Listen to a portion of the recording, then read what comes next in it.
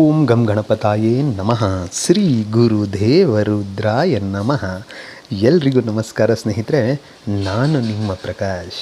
ಸ್ನೇಹಿತರೆ, ಇಂದು ನಾನು ನಿಮಗೆ ಶಕ್ತಿಶಾಲಿ ವಶೀಕರಣ ಯಂತ್ರ ತೊಗೊಂಡು ಬಂದಿದ್ದೀನಿ.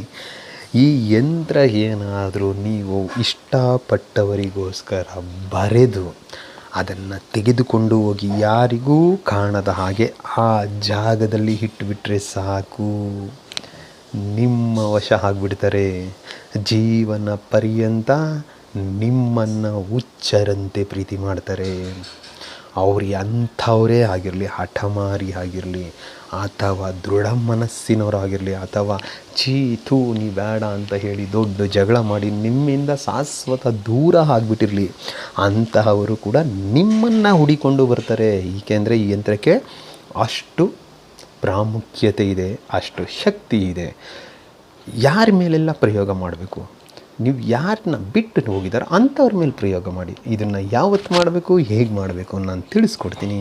ಅದಕ್ಕೂ ಮುಂಚೆ ಕಾಳಿ ಭಗವತಿ ವಶೀಕರಣ ಚಾನಲನ್ನು ಸಬ್ಸ್ಕ್ರೈಬ್ ಮಾಡಿಲ್ಲ ಅಂದರೆ ಸಬ್ಸ್ಕ್ರೈಬ್ ಮಾಡಿ, ಲೈಕ್ ಮಾಡಿ, ಶೇರ್ ಮಾಡಿ, ಹಾಗೆ ಬೆಲ್ ಐಕಾನ್ ಬಟನ್ ಪ್ರೆಸ್ ಮಾಡೋದನ್ನ ಮರಿಬೇಡಿ. ಏಕೆ ಅಂದರೆ ಮುಂದೆ ನಾನೇನು ವೀಡಿಯೋಸ್ ಬಿಡ್ತೀನೋ ಅದು ಎಲ್ಲರಿಗಿಂತ ಮುಂಚೆ ನಿಮಗೆ ಬಂದು ಸೇರುತ್ತೆ. ಸ್ನೇಹಿತರೆ, ಈ ಕ್ರಿಯೆಯನ್ನು ನೀವು ಗುರುವಾರದ ದಿನ ಮಾಡಬೇಕಾಗುತ್ತೆ.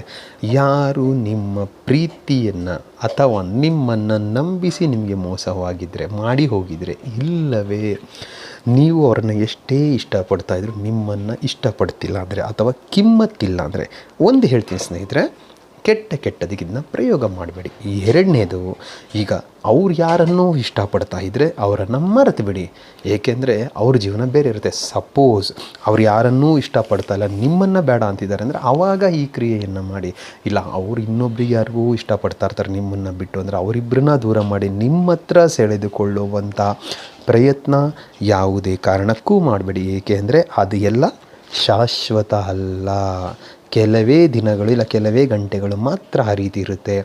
ಈ ಪ್ರೀತಿ ಪ್ರೇಮ ಅನ್ನೋದು ತಾನಾಗಿ ತಾನೇ ಒಲಿದು ಬರಬೇಕು. ಅದಕ್ಕೆ ಇದನ್ನು ವಶೀಕರಣ ಅಂತ ಹೇಳ್ತೀವಿ.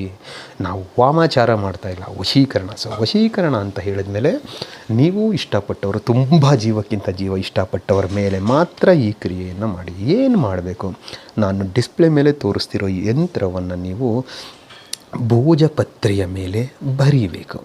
ಭೋಜಪತ್ರೆಯ ಮೇಲೆ ಆ ಯಂತ್ರವನ್ನು ಬರೆದು ಅಮುಖಿ ಅನ್ನೋ ಜಾಗದಲ್ಲಿ ನೀವು ಇಷ್ಟಪಟ್ಟವರ ಹೆಸರನ್ನು ಬರೆದು ಅದನ್ನು ಒಂದು ದಿನ ಪೂರ್ತಿ ನಿಮ್ಮ ಹತ್ತಿರ ಇಟ್ಟುಕೊಂಡು ಮರುದಿನ ಅದನ್ನು ತೆಗೆದುಕೊಂಡು ಹೋಗಿ, ಅಂದರೆ ಶುಕ್ರವಾರದ ದಿನ ಅದನ್ನು ತೆಗೆದುಕೊಂಡು ಹೋಗು ಯಾವುದಾದರೂ ಸಾಯಿಬಾಬಾ ದೇವಸ್ಥಾನ ಇದ್ದರೆ ನಿಮ್ಮಲ್ಲಿ ಆ ದೇವಸ್ಥಾನದ ಹತ್ತಿರ ಅಕ್ಕಪಕ್ಕದಲ್ಲಿ ಮಣ್ಣಿನಲ್ಲಿ ಊತಿ ಬಂದ್ಬಿಡಬೇಕು. ಈ ಕ್ರಿಯೆ ಮಾಡುವಾಗ ಯಾರೂ ನೋಡಬಾರ್ದು ಮತ್ತು ನೀವು ಯಾರಿಗೂ ಹೇಳಬಾರ್ದು. ಇಷ್ಟು ನೀವೇನಾದರೂ ಮಾಡಿದರೆ ನಿಮಗೆ ಶಾಶ್ವತ ಪರಿಹಾರ ಖಂಡಿತ ಸಿಗುತ್ತೆ.